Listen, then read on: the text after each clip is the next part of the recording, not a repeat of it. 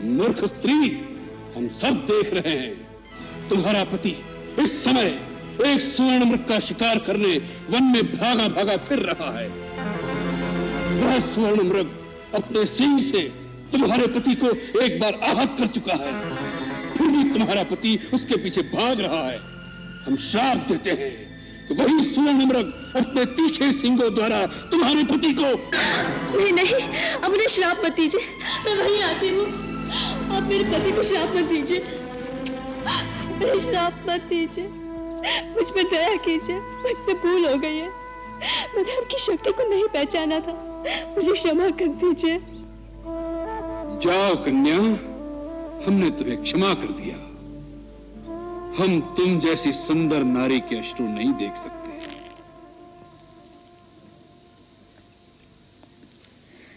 मैं मिथिला नरेश महाराज जनक की पुत्री हूँ। मिथिला की राजकुमारी, और इस अवस्था में ये कैसा दुर्दैव है। जिस कांचन काया को देख देवता भी लालायित हो जाएं, उसे तुम इस घास फूस की कुटिया में नष्ट कर रही हो। और ऐसे नारी रत्न को तो किसी त्रिलोकी के राजा की पत्नी होना चाहिए था। मेरे लिए तो मेरे पति ही त्रिलोकी के राजा है, उनसे बढ़कर और कोई हो सकता है क्या? अवश्य हो सकता है, हम तुम्हें बताते हैं। सीते, जिसके नाम से देवता, नाग, किन्नर, असुर, राक्षस अर्थात संसार के संपूर्ण प्राणी थर्रा उठते हैं, सूर्य, चंद्र आदि नवग्रह जिसकी इच्छा से चलायमान होते हैं, जो संसार के समस्त चराचर प्राणियों का स्वामी है, जिसे देख वृक्षों के पत्ते भी भय से स्तब्ध हो जाते हैं। अरे वायु भी जिसके सामने सांस नहीं ले सकती। तुम तो उस लंकाधिपति रावण की पत्नी होने योग्य हो। ऐसे पाप पूर्ण वचन कहते हुए तुम्हें लज्जा नहीं आती? कोई महात्मा के वेश में तुम एक दुरात्मा हो। कौन हो तुम? तुम्हारा दास, वही लंकेश्वर रावण।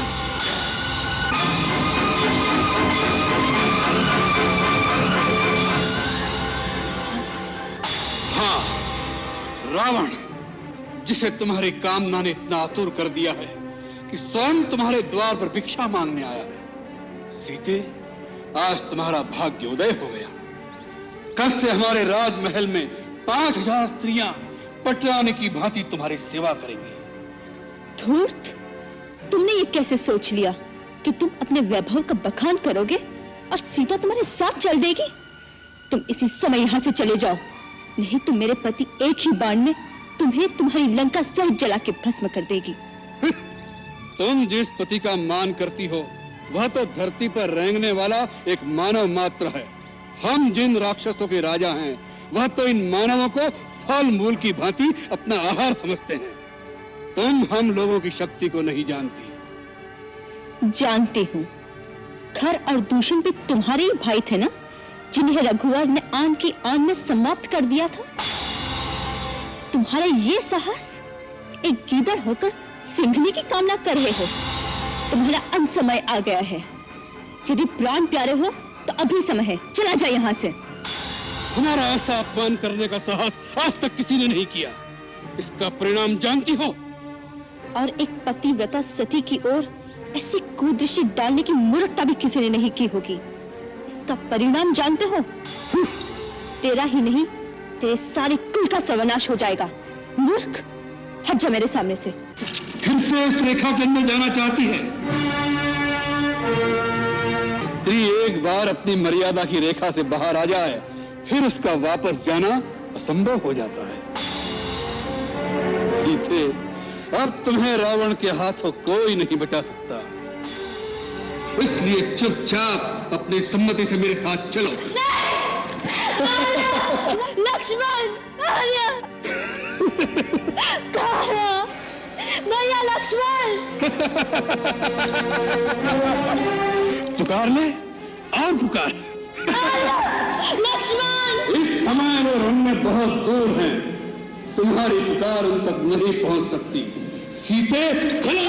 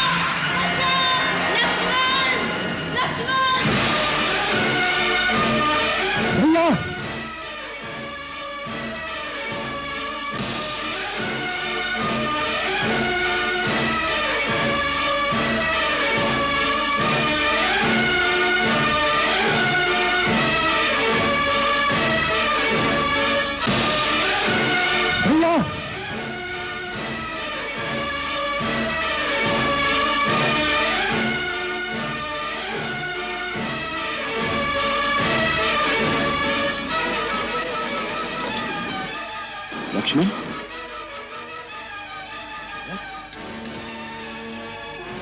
लक्ष्मण, या आप? लक्ष्मण तुम यहाँ क्यों चले आए सीता को अकेली छोड़कर? तुम्हें मेरी आज्ञा का ध्यान नहीं? मुझे क्षमा करें भैया, आपकी पुकार सुनकर भाभी ने मुझे जोर देकर यहाँ भेज दिया। जब मैंने इनकार किया तो उन्होंने ऐसे मर्म वचन कहे कि मुझे बेवश होकर यहाँ आना पड़ा।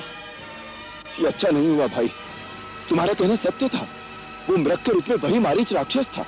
मरते मरते जब उसने मेरी आवाज बनाकर तुम्हें सहायता के लिए पुकारा तो उसके उसी प्रपंच से मैं समझ गया कि हमारे साथ छल किया गया है। सीता अवश्य किसी विपत्ति में फंस गई होगी। लगता है वो आश्रम में हमें नहीं मिलेगी। नहीं भैया, ऐसा ना कहिए, भाभी वहीं पर होंगी।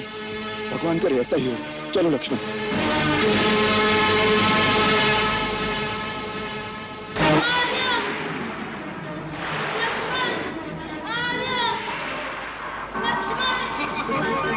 सीते, मेरी बेटी सीते, मैं आ रहा हूँ।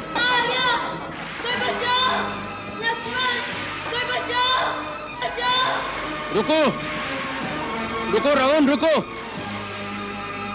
सीते, सीते, मैं आ रहा हूँ। सीते, महात्मा जटायु, इस पापी रावण से मेरी रक्षा कीजिए। यदि आप नहीं लड़ सकते तो वन में जाकर आर्यपुत्र रघुवीर और भैया लक्ष्मण को मेरी सूचना दीजिए। जाइए, जल्दी जाइए, मेरी सहायता कीजिए। तुम चिंता न करो पुत्री, मेरे जीते जी ये तुम्हें नहीं ले जा सकता। रावण, तुम तो बड़े वीर और पराक्रमी कहलाते हो। एक निस्सहाय स्त्री को इस प्रकार चोरों की भांति उठाने का निंदित कर्म तुम्हें शोभा नहीं देता। तुम विजय कुमारी को छोड़ दो। ये धर्मपरायण और पतिव्रता स्त्री है। इसका बलपूर्वक अपहरण करने से तुम निश्चित ही विनाश को प्राप्त करोगे। बूढ़े जटायु, रावण को शिक्षा देने आए हो? जाओ किसी पेड़ पर बैठकर आराम करो। मेरे रास्ते में मत आओ, कहीं मुझे क्रोध न आ जाए। पापी, मैं बूढ़ा अवश्य हूँ, परंतु अब भी तुम जैसे अभिमानियों का मान भंग कर सकता हूँ।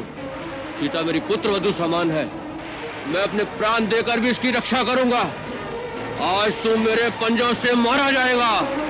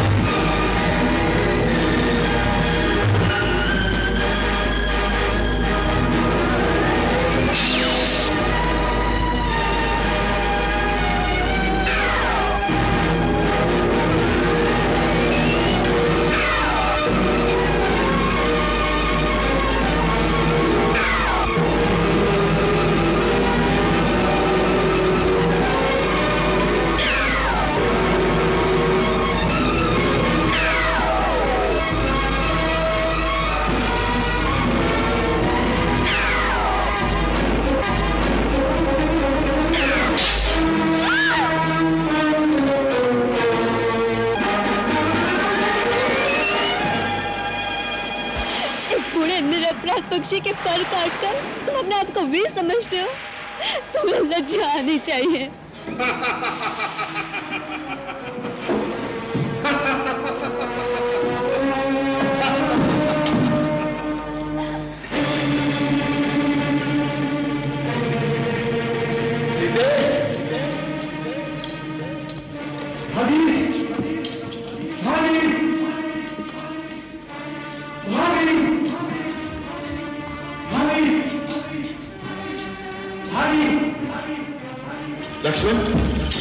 सीता अंदर नहीं है। हो सकता है मेरी किनारे पर गई हूँ। परंतु वो अकेली तो कभी नहीं जाती। हो सकता है उद्यान में फूल चुनने गई हूँ। ठीक है, तुम नदी पर देखो, मैं उद्यान में देखता हूँ।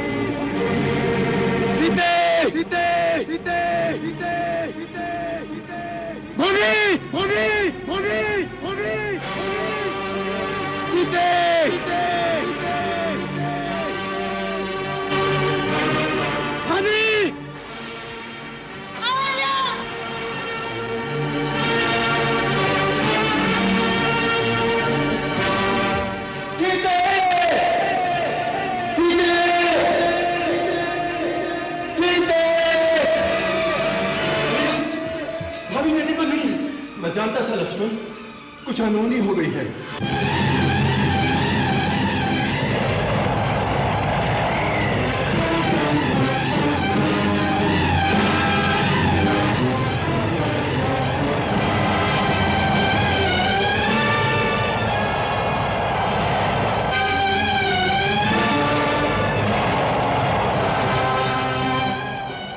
हे वन के वासियों, यदि मेरे पति मुझे ढूंढते यहाँ आए तो उन्हें यह आभूषण दिखा देना और कह देना मुझे रावण उठा कर ले गया है।